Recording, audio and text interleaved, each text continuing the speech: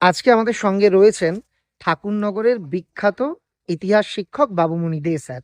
তো হ্যাঁ, স্যারকে ধন্যবাদ, সম্রাট এক্সক্লুসিভে স্বাগত। স্যারের কাছে আবার প্রথম প্রশ্ন, স্যার অনেকের ক্ষেত্রে দেখা যাচ্ছে একটা ধারণা কাজ করছে যে এই অমুক শিক্ষা ভাবনা বা মহাবিদ্রোহ এগুলো বারবার দেখছি এটাই আসবে, এটা করবে না, এই মুহূর্তে কিভাবে পড়বে? এই মুহূর্তে বেসিক্যালি বলতে গেলে, যেহেতু আগের বছর যেই যেই চ্যাপ্টারগুলো থেকে বিশেষ করে 3, 5 এবং 7 থেকে বড় কোশ্চেন এসে গেছে, তাই তার জন্য এবছর 8 মার্কসের জন্য 2, 4 এবং 6 পড়বে। সেখান থেকে আশা করি তোমরা দুটো কোশ্চেন পাবেই। মানে এবং 2, 4, 6 এই chapter- অধ্যায়গুলো যদি ভালো করে পড়ে যায় তাহলে বড় প্রশ্ন নিয়ে আর অসুবিধা হবে না না। না আর শর্ট কোশ্চেন বা অন্যান্য কিছুর জন্য কোন চ্যাপ্টারে ফোকাস হবে? শর্ট কোশ্চেনও 2, 4, 6, 7 এই 4টে চ্যাপ্টার থেকে প্রত্যেকটি চ্যাপ্টার থেকেই শর্ট কোশ্চেন মানে 1 মার্কসের কোশ্চেন 5টা থেকে 6টার মতন পেয়ে যাবে তোমরা।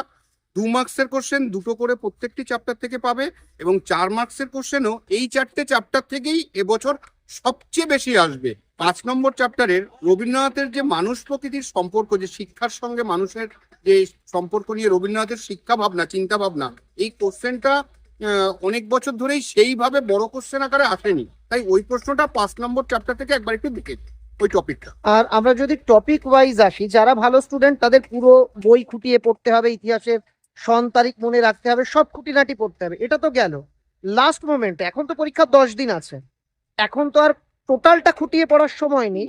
এই সময় কোন কোন অংশ হাইলাইট করবে? সেকেন্ড চ্যাপ্টারের সবচেয়ে বড় যে জায়গাটা আমাদের দেখা যাচ্ছে যে সমাজ সংস্কারে ওখানে ব্রাহ্ম সমাজ প্রশ্নটা এবং নবজাগরণের যে পার্টটা, এই দুটো পার্ট যদি খুব ভালো করে খুঁটে পড়া যায়, একটা 4 একটা 8 এখান থেকে তোমরা পেয়ে যাবে। মানে ব্রাহ্ম সমাজ, ব্রাহ্ম বিভাজন সমাজ, বা ব্রাহ্ম তার সমাজের সংক্রান্ত যে কোনো বিভাজন, বিষয়। যে কোনো বিষয়। বেশ, এটা 2 গেল। এবার আমি তারপর কোন চ্যাপ্টারে যাব? তারপরে 4। হচ্ছে 4, 4-এর থেকে লেখায় লেখায় জাতীয়তাবাদের 4টে পার্ট কোশ্চেন বা 5টা পার্ট কোশ্চেন আছে, সেখান থেকে যে কোনো দুটো থেকেও প্রশ্ন হতে পারে। মানে সেটা মানে যেমন রবীন্দ্রনাথের গোড়া, বঙ্কিমচন্দ্রের আনন্দমঠ, বিবেকানন্দের বর্তমান ভারত, ভারত মাতা চিত্র, বা গগনেন্দ্রনাথ ঠাকুরের ব্যঙ্গচিত্র, এই মানে টপিক লেখায় রেখায় জাতীয়তাবাদের মধ্যে যে টপিক গুলো বড় প্রশ্নে আসবে, সেটা বড় প্রশ্ন না দিয়ে কেটে কেটে ছোট প্রশ্ন হয়ে যেতে পারে। দিতে পারে। বেশ, তারপরে তারপরে হচ্ছে 6 নম্বর চ্যাপ্টারে আমাদের কৃষকদের যে ভূমিকাটা আছে এবং বামপন্থী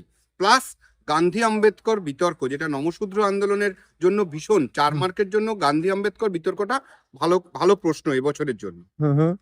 আর 7 নম্বর চ্যাপ্টারে সশস্ত্র নারী আন্দোলনের যে পার্টগুলো আছে, সেখান থেকে একটা 4 মার্কসের প্রশ্ন, মানে একটা ছাত্র থেকে একটা নারী থেকে যে কোনো জায়গা থেকে একটা প্রশ্ন তোমরা পেয়েই যাবে। মানে ওই ছাত্রদের topic- অবদান আর নারীদের হ্যাঁ, অবদান থেকে। ছাত্রদের মধ্যে যেমন বিনয় বাদল দীনেশ, ভগৎ সিং, মাস্টারদা সূর্য সেন, এরা হচ্ছে ছাত্রদের মধ্যে পড়ছে, প্রীতিলতা ওয়াদ্দেদার বা বীণা দাস। আর নারীদের মধ্যে তো যেমন আমাদের সরলা দেবী চৌধুরানী, ওই সময় মানে বঙ্গভঙ্গ, অসহযোগ, আইন অমান্য, ভারত ছাড়োর সময় যে নারীরা অবদান রেখেছে, যে কোনো একটা নারী চরিত্র থেকে প্রশ্ন দিতে পারে যে স্মরণীয় কেন বা ইনি বিখ্যাত কেন। বেশ, আর এরপর বাকি যে চ্যাপ্টার গুলো রইল 1, 3 এবং 8, এগুলো থেকে তোমরা শুধু 1 মার্কস এবং 2 মার্কসের প্রশ্নই দেখে যাবে, কারণ শর্ট কোশ্চেন ভালো রেজাল্ট করতে গেলে শর্টে ফুল মার্কস পেতে হবে।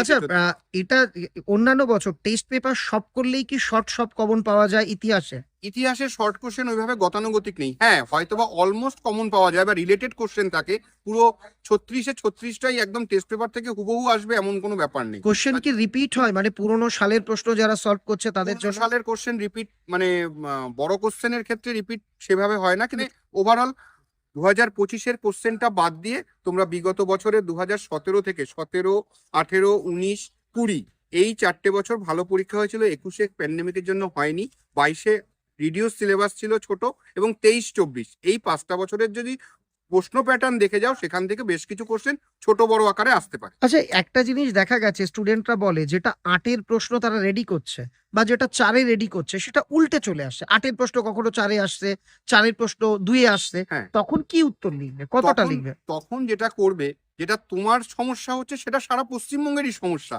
সেটা তোমার শুধু ব্যক্তিগত সমস্যা না, সেটা চেষ্টা করবে তুমি যতটা জানো। আর ইতিহাস তো একটা ঘটনা, সেটার প্রেক্ষাপট, গুরুত্ব, তুমি সেইটার পরিপ্রেক্ষিতে একটা 7 থেকে 8 লাইন, মানে 4 মার্কসের কোশ্চেনে 7 থেকে 8 লাইন দু লাইন ভূমিকা এবং উপসংহার দিয়ে তুমি গুছিয়ে লিখে আসবে। যেটা যদি 2 মার্কসের জানো সেটা খুব একটা বাড়ানো যায় না, কিন্তু তুমি যতটুকু জানো ততটুকু লিখে আসবে। কিন্তু 8 মার্কসের কোশ্চেন যদি 4 মার্কসে আসে, চেষ্টা করবে 8 থেকে 10 লাইনের বেশি যেন লাইনটা না হয়, তাহলে তোমার সময়টা চলে যাবে অনেক। আর এছাড়া ওভারঅল ইতিহাস পরীক্ষা নিয়ে আপনার বলবার কিছু আছে? হ্যাঁ, ওভারঅল ইতিহাস পরীক্ষা যেটা হলো সেটা হচ্ছে শর্ট কোশ্চেনটা তোমরা একটু বই খুঁটে পড়বে। তোমরা যে কোনো টেক্সট বই, বাজার চলতি যে টেক্সট বইগুলো তোমরা পড়েছো সেই টেক্সট বইগুলো পড়বে, প্লাস তোমরা বাজারের সাজেশন, যেমন আমাদের সম্রাট এক্সক্লুসিভ যে বইটা আছে সেটার যে শর্ট কোশ্চেনগুলো আছে বা 2 মার্কসের কোশ্চেনগুলো আছে সেগুলো দেখলে তোমরা মোটামুটি ধরে নিতে পারো যে সেখান থেকে তোমরা ফুল অ্যান্সারটা করে আসতে পারবে। কারণ শর্ট কোশ্চেনে যে প্রশ্নগুলো আসে সেগুলো ঘুরিয়ে ফিরিয়ে আমাদের বইতে খুব ভালো করে দেওয়া আছে।